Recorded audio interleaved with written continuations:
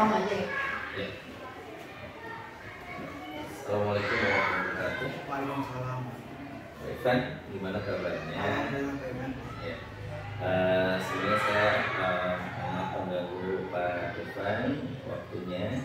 Setelah kemarin Pak Irfan saya hadir di kelas Pak Irfan dalam mengobservasi itu bagian dari tugas saya di guru penggerak, dan hari ini ada beberapa hal yang ingin saya sampaikan ke Pak Irfan. Siapa ya? Ya, ini Pak Irfan yang pertama. Selama pembelajaran kemarin Pak Irfan, gimana perasaan Pak Irfan di kelas bersama peserta didik dalam menyampaikan pembelajaran? Terima kasih Pak Iwan atas pertanyaannya, dan menyempatkan diri ya untuk observasi ke kelas ya. Alhamdulillah perasaan kemarin itu agak senang ya, bisa bertemu dengan anak-anak seperti itu ya. Dan pembelajaran juga berjalan dengan lancar. Nah, dalam pembelajaran kemarin saya ingin tahu dari Pak Irfan, metode apa yang Pak Irfan pakai di dalam pembelajaran di kelas ini? Metode yang saya pakai itu diskusi ya. Diskusi saya kumpulkan anak dalam beberapa anak gitu ya. Dan saya arahkan untuk bersama-sama untuk menghafal Surat Anas. Dan terlihat antusias ya, antusias. Meskipun itu baru kelompok gitu ya, belum per individu gitu ya. Yeah. Kita harus mengetahui bagaimana kemudian kesesuaian yang Pak Irfan sampaikan dalam pembelajaran itu, apakah sudah sesuai dengan RPP yang Pak Irfan terapkan?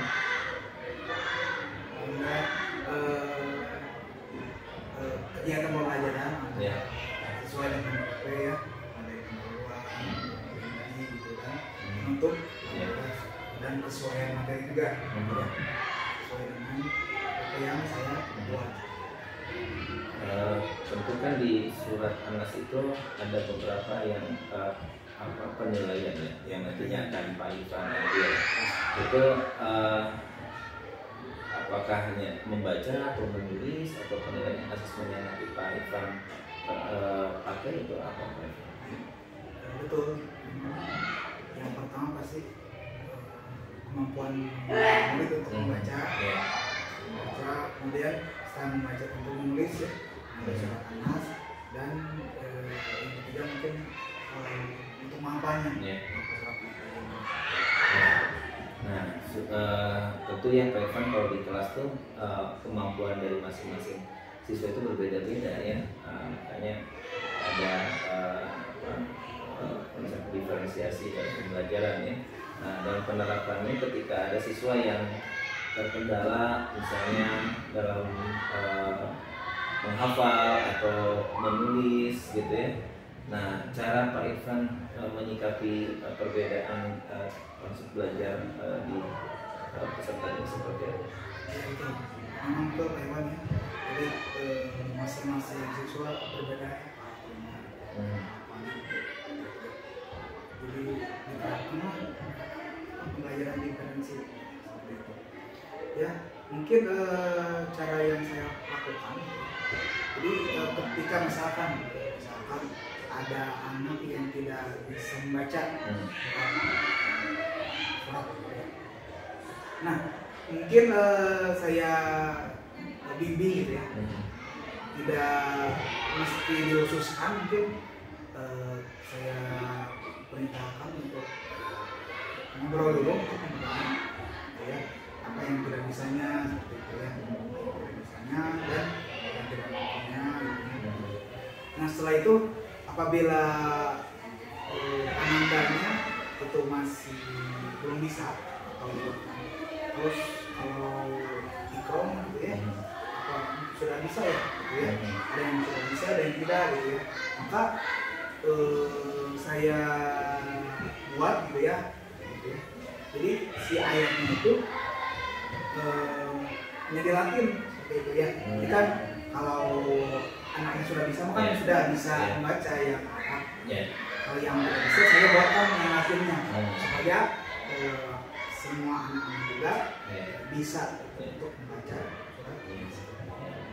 Ya, jadi Pak Irfan dengan sendirinya akhirnya menemukan solusi terbaik ya untuk penilaian siswa tersebut dengan perbedaan kemampuannya, dengan auditori ada yang kinestesis ya berbeda. Nah, jadi kedepannya Pak Irfan ya dari selama Pak Irfan menemukan permasalahan di kelas, kira-kira solusi perbaikan untuk kedepannya agar pembelajaran semakin menyenangkan dan ada keberpihakan siswa yang terlibatkan siswa itu seperti apa? Betul, jadi tidak hanya teacher center ya, harus student center ya, terpusat siswa. Siswa gitu ya, guru hanya istilahnya mengarahkan arahkan siswa harus berperan aktif ya dalam dia. Saya harus lebih menggunakan itu berbagai macam model ya. Ada saya terapkan di pembelajaran seperti itu ya.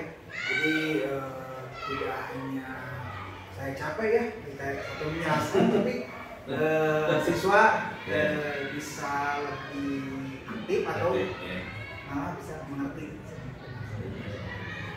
Mungkin terakhirnya baru saya memberikan penguatan agar siswa lebih paham. Nah, terus satu hal lagi Pak Irfan ya, kan tidak hanya anak bisa menguasai materi itu, tapi juga harus memahami ya Pak Irfan. Kira-kira untuk sampai siswa itu memahami dari kandungan surat Anas ya yang disampaikan, kira-kira pendekatan apa kepada siswa itu Pak Irfan? Memahami kandungan suratnya gitu. Untuk itu kan fase A ya. Fase A kan memang kendalanya kalau untuk fase A itu kita harus pintar-pintar mencari pola kata yang bisa lebih dipahami ya. Nah, kira-kira Pak Irfan diterapkannya seperti apa untuk fase A? Memang ya sangat perlukan ya kandungan surat.